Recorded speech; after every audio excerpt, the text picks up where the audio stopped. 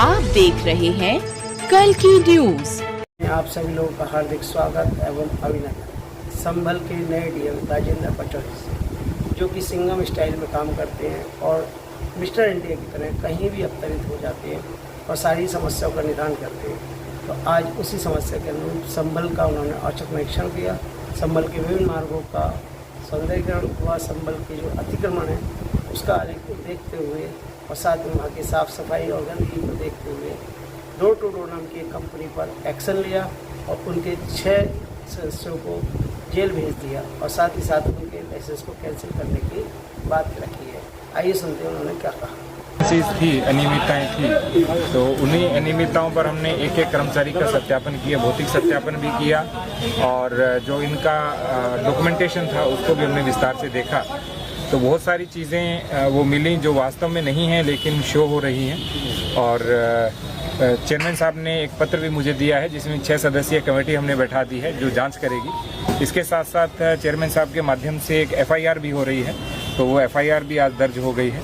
तो हम इस पर कठोर कार्रवाई करेंगे और इस तरह की कोई भी डिस्क्रिपेंसी हुई उसको किसी भी रूप में बर्दाश्त नहीं किया जाएगा। सर, कुछ लोग पकड़े भी गए हैं, इसमें क्या हाँ, कुछ लोग हैं जो इसके अंदर मूल रूप में से कर्ता धर्ता के रूप में थे, तो उनको पकड़ के अभी भेज दिया है क्योंकि उसी FIR के तहत वो चले गए हैं। दूसरा जो सबसे बड़ा इसमें प्रकरण बनता है वो है कि जन सुविधा सही ढंग से नहीं मिल रही थी, जिसमें EO साहब परेशान थे, चेयरमैन साहब भी परेशान थे। तो हम ये चाहते थे कि एक बड़ी कार्रवाई करें क्योंकि आप सभी का मत था कि एक मिल करके बड़ी कार्रवाई हो तो सब चीज़ें खुल करके सामने आए। सर, FIR के निर्देश दिए सर, कौन लोग शामिल हैं? FIR में 6 लोग शामिल हैं। आपको चेयरमैन साहब बताएंगे कौन कौन शामिल हैं।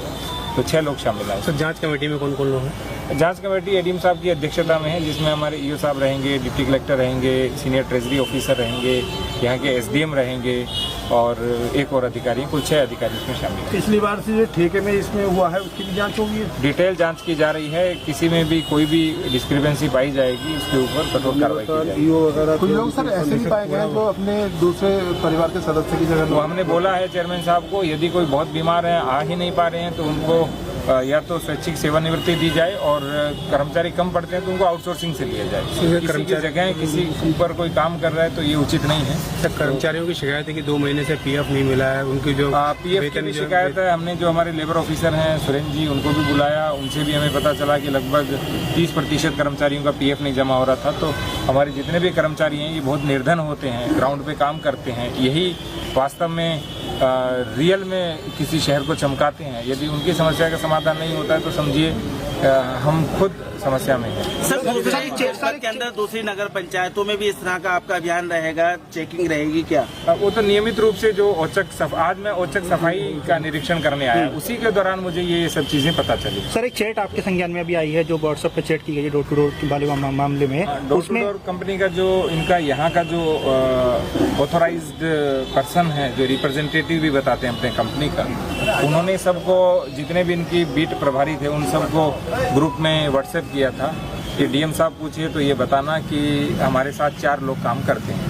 तो उसको भी हमने FIR में मोबाइलों को भी जो उसमें जैसे कुछ कब्जे मोबाइल कब्जे में नहीं लिए, मोबाइल केवल देखने के लिए हमने लिए थे कि सब मोबाइल के अंदर वो समान रूप से चैट आई थी, लेकिन कुछ मोबाइल से उन्होंने डिलीट फुल और कर दिया तो वो डिलीट हो गई थी, किंतु कुछ मोबाइलों के अंदर वो चैट थी तो उसकी हमने कॉपी कर ली है और वो कॉपी FIR के साथ भी लगा दी है। सर, कूड़ा कलेक्शन वाहन की बात करें तो 40 कूड़ा वाहन है, लेकिन मौजूदा में 20 ही वाहन खड़े हैं, उनको सभी की हालत खराब है, उनको क्या है?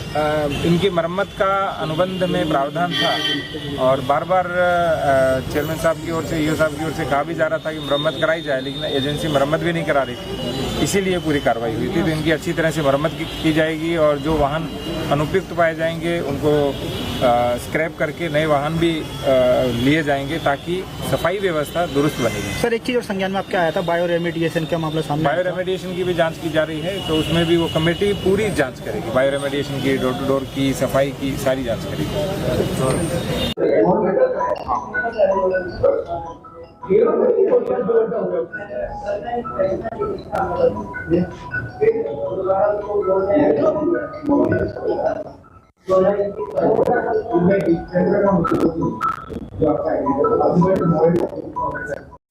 संभल मेन बाजार में डीएम संभल राजेंद्र पचौरिया जी का औचक निरीक्षण।